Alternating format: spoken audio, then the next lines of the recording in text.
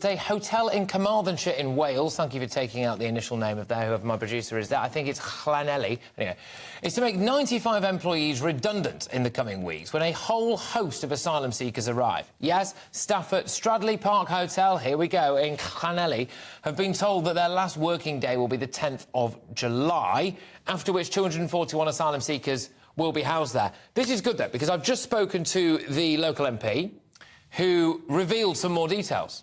So apparently they were just told about this yesterday. They were given no notice. They will be out on their backsides. They don't know if they're really going to get any compensation whatsoever. They don't know what's going to happen to them next. And there has been no communication from the people who own that hotel, and that hotel is not disclosing how much the Home Office is paying them in order to do this or how long it will last. And get this, they were offered initially alternative jobs as cleaners and caterers, and those jobs have now been rescinded.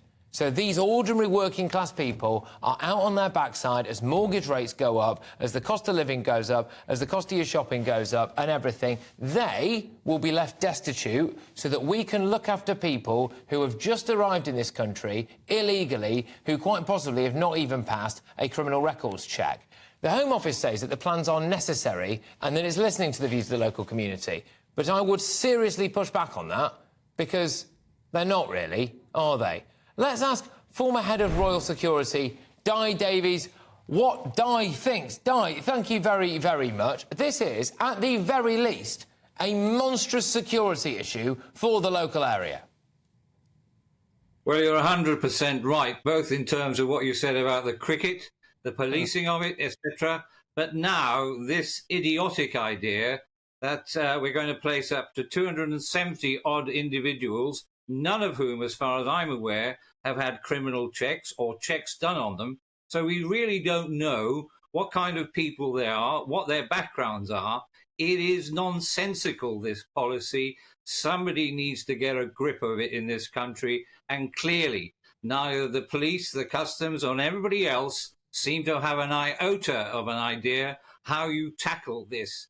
We should treat those behind this as terrorists. We should apply the nation's resources both to tackling these criminals, but also ensuring we stop this nonsense. It's gone on too long. 10,500 people so far this year. Last year, 48,000, 23,000 the year before, and you and I are paying for it. Why are we not bringing ex-civil servants out of retirement and actually processing these people correctly? It beggars belief, frankly. And now it's in Llanelli. It's got two L's. Llanelli. Thank you, Dai. It is appalling.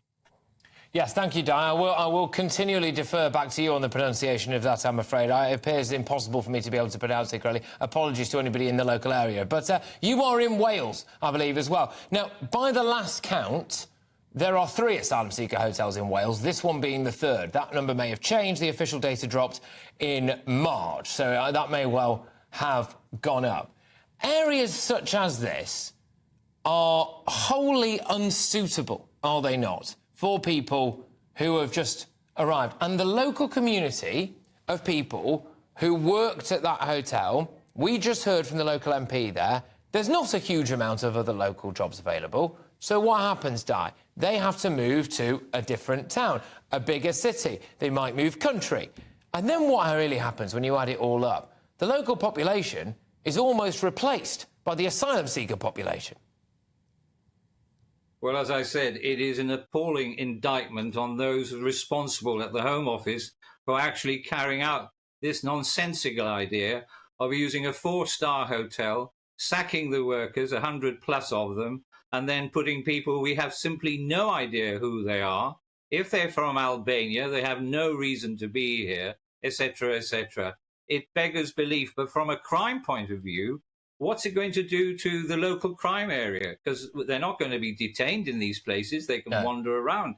They should be in secure units. They should be, whether you have to convert ex-army and RAF bases or wherever else and put big fences around them while you're processing, that's what should be happening, in my opinion, and not this nonsensical idea of putting them into local communities with little or no control. It is nonsensical, and I'd like to know who's in charge. Is it the Home Office? And who in the Home Office? What kind of idiot is in charge? But you know what it is, though, Di, that gets me? It's the lies. It's the we're consulting the local community. Do they think that nobody from the local community talks to people like me? Do they think that local politicians don't talk to people like me or local residents groups? Because every single time and time again, whenever I interview any of them and I say, have you had any communication with the Home Office? They say no. The only time they hear from them is in court when the Home Office is trying to pretty much physically impose this lot upon them. So it just doesn't really ring true whatsoever. And I'll just return to, for me, what the core issue of today's topic is about, which is the ordinary working class individual, the person who's done right their entire lives, the person who's been born and bred in a local area, has loved that local area, has a manual job in that local area, who probably is a big part of the community, who right now, when we're seeing mortgages go up and the price of food going up and everything going up, gets told one day in a roundabout way by the Home Office that they will now not be able to pay their mortgage and they might lose their house and good luck with the weekly shop. But you are out on your backside so that these people, who we've got no idea who they are or where they're from, half of them, can come and live in your area. And I'm sorry, but that is bonkers. Well, I agree. And it's not only just the 100 plus that will be made redundant, it's the local suppliers. They will lose out because this hotel caters, as far as I understand, for a large receptions, weddings and all the rest of it. So there will be literally hundreds of people locally affected, as I understand it. But I come back again. We have to tackle the criminals behind it. Where are all these boats coming from? I'm told they're coming from Turkey. Well, the actual boats. Yeah, well, why aren't we tackling the manufacturers of boats? I don't care where they are, or the manufacturers of outboard engines. There are simple solutions. We should be tackling these people, and the bunch of nunus, so-called intelligence experts, what are they doing about it?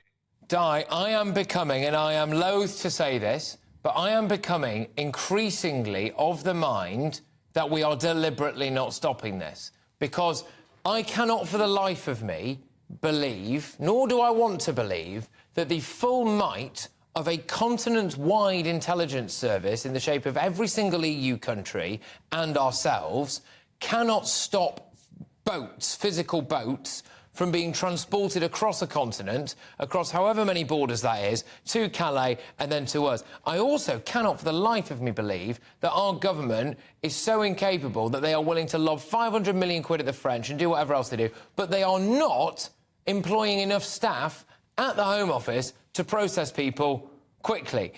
I'm sorry, but this, to me, does not much longer appear to be accidental. It's either incredibly incompetent or there is something bigger going on here, but we're going to have to leave it there, Di. Look, thank you very, very much. It's Dai Davies there, who is the former head of Royal Security, obviously in Wales as well, and that's the area that we're talking about today because that's where this latest round of local people are going to be losing their jobs.